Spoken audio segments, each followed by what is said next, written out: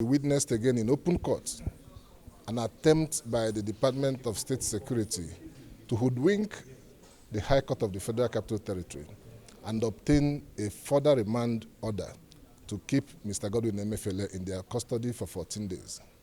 They filed a motion ex parte yesterday, and diligent Nigerians who are interested in protecting and preserving the institution of the judiciary called to let us know that there is an attempt to hoodwink the court to grant further remand order to keep Mr. Godwin Emefiele.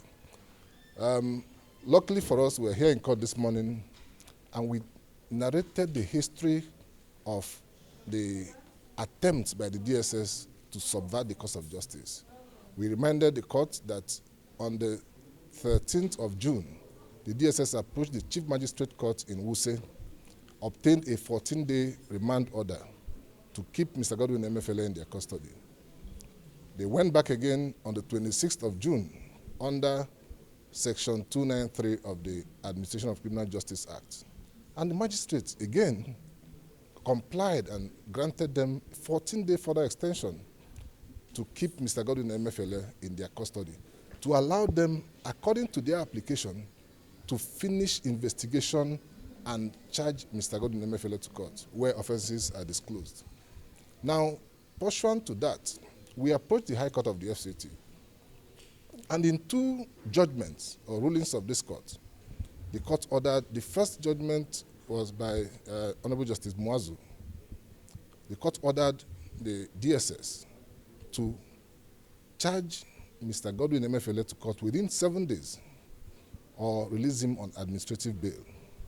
The next day, Honorable Justice Kawu of the same High Court of FCT ordered the DSS to charge Mr. Godwin Emefiele to court within 48 hours or release him on bail. In compliance, or so we thought, in compliance with the orders made by the courts, the DSS, through the Ministry of Justice, preferred a charge before the Federal High Court in Lagos. They charged Mr. Godwin Emefiele for possession of illegal possession of firearms. We were in court 2 days ago, and upon arraignment, the court took an application for bail duly filed and served and granted bail to Mr. Godwin Emefiele. Before Mr. Godwin Emefiele could perfect his bail conditions, the DSS seized Mr. Godwin Emefiele against the express and positive orders of the Federal High Court Lagos to keep, in fact, the court ordered and signed a remand warrant addressed to the correctional services to keep Mr. Godwin Emefiele in their custody pending the perfection of the conditions of bail.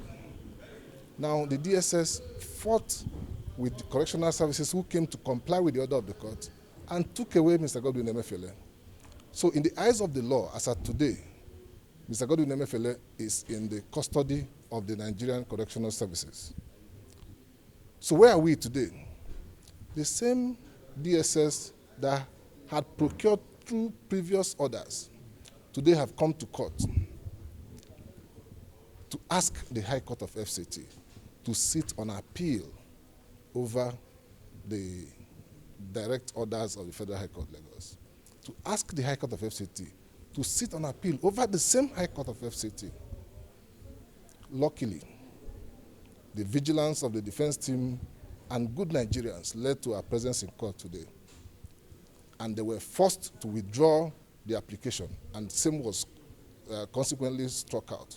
Now, what this means is that the DSS continues to hold a Nigerian citizen against the express orders of several courts. The High Court is a court of unlimited jurisdiction. We expect that with what happened today, the DSS will obey the court orders and release Mr. Godwin Emefiele immediately to his family.